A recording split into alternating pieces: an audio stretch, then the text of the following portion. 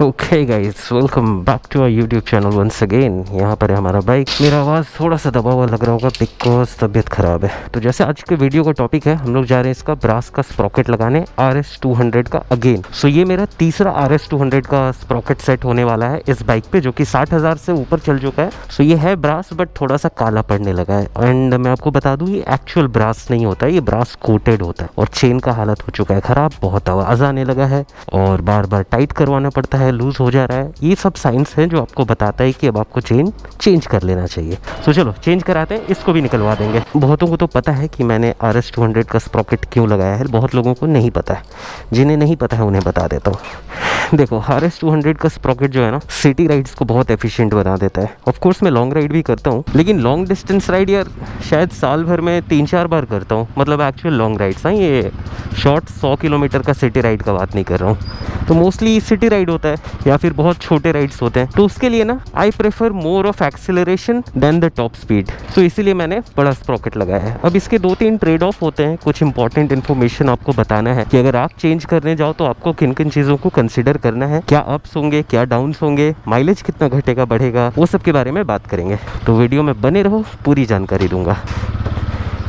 तो NS200 और RS200 में सामने का जो स्प्रॉकेट है, NS200 में आता है 14 और RS में भी आता है 14 बराबर। लेकिन NS में पीछे स्टॉक होता है 39 और RS में होता है 41, जो कि 2 टीथ बड़ा है। बहुत ज़्यादा डिफरेंस नहीं है, लेकिन राइड क्वालिटी में थोड़ा सा फर्क पड़ जाता है। अब अगर आपको स्प्रॉकेट को सिंपली समझना है, ऐसे तो बहुत सारा फिजिक्स होता है, लेकिन मुझे पता है इट गेट्स कॉम्प्लिकेटेड, तो थोड़ा सिंपल में समझाते हैं। तो पीछे का स्प्रॉकेट साइज और आगे का स्प्रॉकेट साइज जब आप डिवाइड करो ना, यानी कि 39/14, तो निकल के आता है 2.71 और RS200 का हो जाता है 41/14, जो निकल के आ जाता है 2.91। तो आप स्टॉक नंबर से जितना ऊपर जाओगे रेशियो में, तो आपका एक्सेलरेशन उतना ही बढ़ते जाएगा और टॉप स्पीड कम होते जाएगा।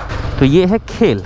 और अगर स्टॉक से नीचे आओगे रेशियो में, तो एक्सेलरेशन कम हो जाएगा। लेकिन यहाँ पर एक कैच है, ज़रूरी नहीं है कि टॉप स्पीड बढ़ ही जाएगा, वो आपके इंजन की डिलीवरी पे भी डिपेंड करता है। तो आप थोड़ा सा रिसर्च कर लेना उस जोन पर। और आपको मेरे स्प्रॉकेट का आवाज़ सुनाई भी दे रहा होगा, ये देखो। अब आपको एक्सेलरेशन और टॉप स्पीड के बारे में भी बताऊंगा, लेकिन अब शॉप सामने है, पहुंचते हैं, चेंज करते हैं। चेंज कराते कराते बताऊंगा या चेंज हो जाने के बाद बताऊंगा, तो वीडियो पे बने रहो। अच्छा हाँ, माइलेज भी, हाँ, सिर्फ एक्सेलरेशन टॉप स्पीड नहीं, माइलेज की भी बात करेंगे। अब देखो ये लोग करेंगे कि नहीं, वो भी एक क्वेश्चन है, क्योंकि यहाँ पे तो बाइक्स लगे हुए हैं। क्या करें, आई am not sure they will do it यार। इनके पास 1-2 बार आया हूँ, तो बोलते हैं बाद में होगा, ये सब वो सब। भैया स्प्रॉकेट चेंज करना है, हो जाएगा भाई? चेन स्प्रॉकेट चेंज हो जाएगा? अभी हो जाएगा तो चलो जी, कराते हैं इसको। अब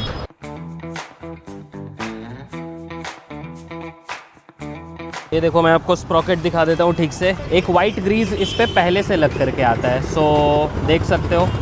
तो पूरा खोला नहीं हो, बट खोलते हैं इसको पूरा। तो ये देखो, अंदर है 14 टीथ यहाँ पर, और ये है 41, इस पे लिखा हुआ कहीं पर आ जाता है, हाँ यहीं पर लिखा हुआ है 41। सो ये दोनों अभी लगेगा। और ये है अपना बाइक, थोड़ा सा गंदा हो गया।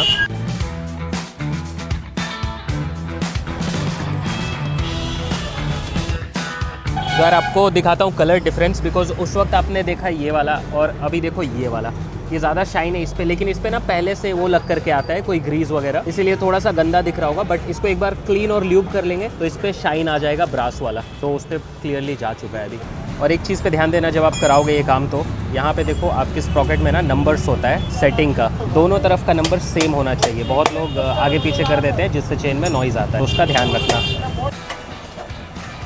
तो 2 तरीका है करने का, एक तो पूरा जो स्विंग आर्म है वो खोलना पड़ता है, और दूसरा है कि आप चेन को, उसका जो क्लिप है उसको निकाल करके हल्का सा कर सकते हो। पिछले बार ऐसे ही कराया था मैंने। तो फर्स्ट टाइम में ना मेरा पूरा स्विंग आर्म खोला गया था, और सेकंड टाइम पे मैंने बस चेन को बीच से एक जगह से काट करके मतलब देखो इसका ना एक पार्ट बाहर आ जाता है, लोगों को पता ही होगा already. So this one comes out, थोड़ा सा ठोक के ना एक वाला पार्ट बाहर आ जाएगा, फिर डायरेक्टली चेन लग जाएगा बिना स्विंग आर्म खोले। तो ऐसे भी आप कर सकते हो। और ये देखो स्प्रॉकेट, ये घिस चुका है साइड से, देख सकते हो, शार्प नहीं रहा।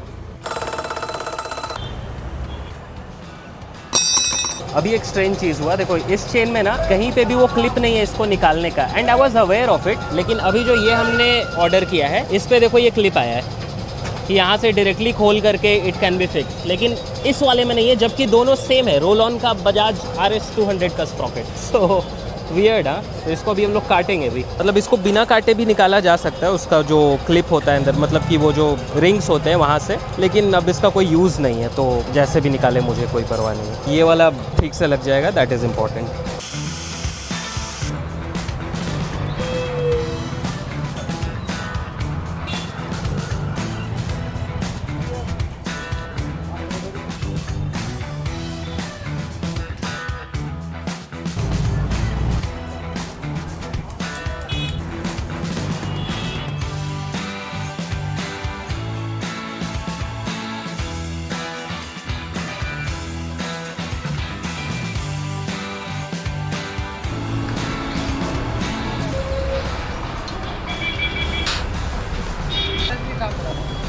ठीक है भाई, थैंक यू। चलिए जी, काम हो गया है। और जैसा मैंने बोला था, साड़ी गार्ड को खोल लिया है, इसको ऐसे लटका के जा रहा हूँ, ले जा रहा हूँ साथ में। I thought of not taking it with me, लेकिन ले जा रहा हूँ। You know, in future if I have different plans with this bike.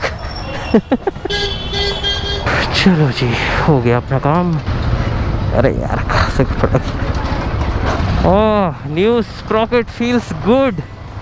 पहले ही छोटे से, मतलब अरे यार भैया, थ्रॉटल ओपन होते ही मज़ा आ गया नया स्प्रॉकेट में। अभी आवाज़ नहीं कर रहा है, स्मूथ ट्रांसमिशन है। क्या होता है ना यार, जब आपके बाइक में कुछ भी होता है जो वेयर एंड टेयर हो जाता है या कुछ चेंज कराने का ज़रूरत होता है, तो थोड़े टाइम के बाद अगर आप उसे रख लो ना, तो आप भूलने लगते हो कि वो प्रोडक्ट जब एकदम टॉप कंडीशन में हो तो बाइक कैसा फील होता है। चेंज कराने के बाद तुरंत फील होता है कि यार कितना बढ़िया लगता है जब कुछ नया इंस्टॉल्ड होता है। तो सेम अभी मैं फील कर रहा हूँ, जबकि मैं ज़्यादा स्पीड अभी गया भी नहीं हूँ, बस थोड़ा सा मूव हुआ है बाइक। तो पहले ना थ्रॉटल में लैग फील हो रहा था कि मैं थ्रॉटल दे रहा हूँ तो आ रहा है आराम से, वो उतना भी लैग नहीं, बट फिर भी चलाने वाले को समझ में आ जाता है, नए आदमी को नहीं समझ में आएगा। चलो, तो जो मैं माइलेज के बारे में बता रहा था, तो देखो यार, एक्सेलरेशन बढ़ जाएगा आपका, ठीक है, एक्सेलरेशन बहुत तगड़ा बढ़ जाएगा, लेकिन माइलेज ड्रॉप होने वाला है। और जो क्रूजिंग होता है ना, अगर मैं इस पर क्रूज़ करूँ 90-100 के स्पीड में हाईवे पे, तो वो ज़्यादा स्ट्रेसफुल होगा इंजन के लिए in terms of engine RPM। वहीं अगर यहाँ पे NS200 का नॉर्मल स्प्रॉकेट होता, या फिर एक साइज़ ऊपर नहीं जाके एक साइज़ छोटा चले जाऊँ, तो सेम स्पीड पे RPM थोड़ा लोअर होगा और आप क्रूजिंग स्मूथ कर पाओगे। अब क्योंकि RPM लोअर है तो माइलेज भी बेटर देखने को मिलेगा। तो देखो यार, मुझसे बहुत लोग पूछते हैं कि मेरे बाइक का माइलेज कैसा मिल रहा है, तो देखो मैंने 2 मोड्स ऐसा करा लिया है ना, जिससे मेरा माइलेज ड्रॉप होगा दोनों मोड से। वो तो मज़ा आता है चलाने में, राइड क्वालिटी बढ़ गई है तो मैं माइलेज का उतना नहीं सोच रहा हूँ, नहीं तो स्प्रॉकेट चेंज करने से आराम से 2 किलोमीटर से 3 किलोमीटर माइलेज ड्रॉप हुआ होगा, और सिमिलरली टायर चेंज करने से। सो ओवरऑल जो मुझे पहले 38-39 का माइलेज ईजिली मिल जाता था, और 40 के ऊपर भी मिल चुका है भाई बहुत बार, लेकिन चलो उस वक्त बाइक नया था, नया मतलब 15-20 हज़ार किलोमीटर। अभी मुझे माइलेज मिलता है 30 के आसपास विद दीज 2 चेंजेस। तो आई एम श्योर कि अगर मैं टायर प्रोफाइल वापस से स्टॉक में चले जाऊँ, NS200 का स्प्रॉकेट लगा लूँ, तो मुझे वापस से माइलेज 35 के ऊपर मिलने लगेगा। I am sure about this, because I know how I have taken care of my bike. So bike अगर आपका अच्छे कंडीशन में है और आपका राइडिंग स्टाइल ठीक ठाक है, even if you open throttle ना, बहुत सारी चीज़ें होती हैं about shifting, about opening throttle, तो this is one thing of it. बहुत सारी चीज़ें होती है माइलेज पे, किसी वीडियो में बात करेंगे, बट अभी के लिए अपना हो गया है स्प्रॉकेट चेंज। अंदर चलते हैं एंड आपको स्प्रॉकेट में सामने से भी दिखा दूंगा। And once again I think I am not able to find my keys. Okay, I got it.